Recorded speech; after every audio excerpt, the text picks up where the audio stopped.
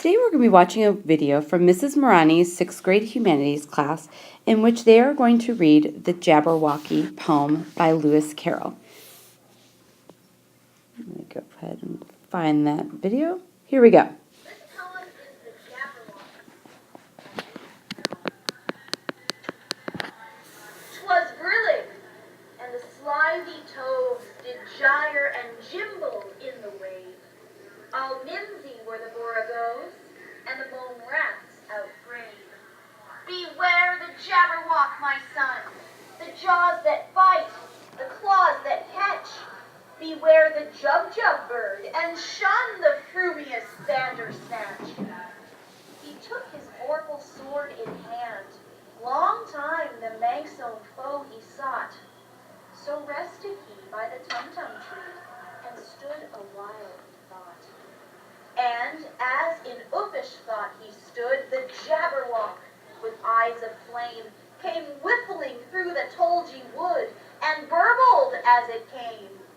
1, 2, 1, 2, and through the vorpal blade went snicker-snack. He left it dead, and with its head he went galumphing back. And hast thou slain the Jabberwock?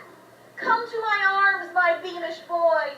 O frabjous day, callooh, callay! His joy. 'Twas brillig, and the slithy toves did gyre and gimble in the wave.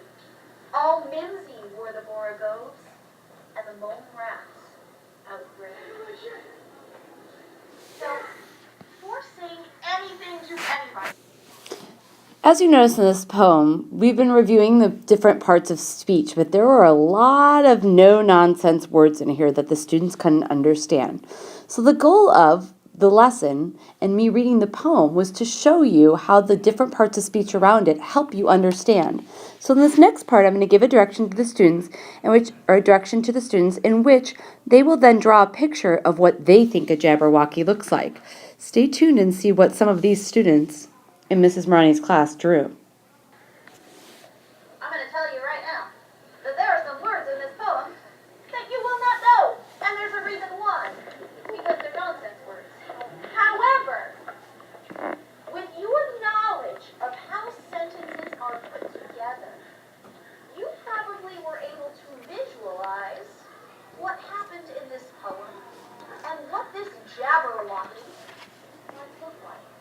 So right now I'm going to ask that you take about 3 minutes in Notability on your iPad to draw what you imagine this Jabberwocky might look like.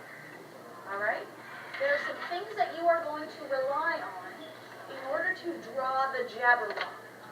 Alright? I've got the poem up here if you want to look at it, but I'm going to ask that you don't tell me just yet. I don't even understand it. Good, but did you visualize something in your mind? Yeah. Good. I want you to draw that. Take 2 minutes right now and go ahead and draw. So the students are now using the app Notability to draw a picture of what they think the Jabberwocky looks like. Come on.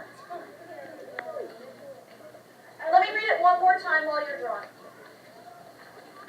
'Twas brillig, and the slithy toves did gyre and gimble in the wave. All mimsy were the borogoves, and the mome rats outrave.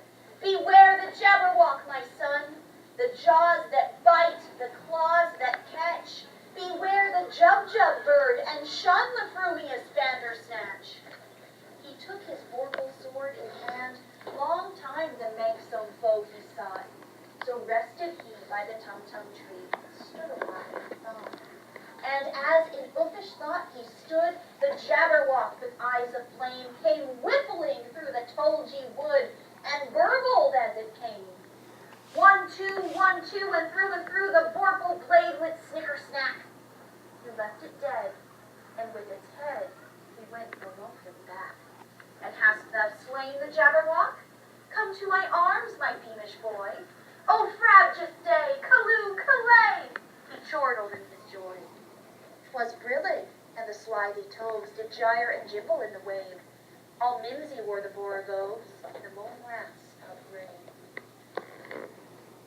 So rely on your imagination, and rely on what you heard in the poem, or how you might translate this poem, to draw what you imagine that Jabberwocky, Michael.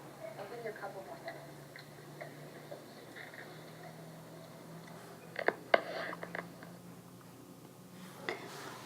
So what Mrs. Merani is going to do in the next lesson is she's going to go ahead and have the kids color quote no-nonsense words based on the parts of speech to translate the poem.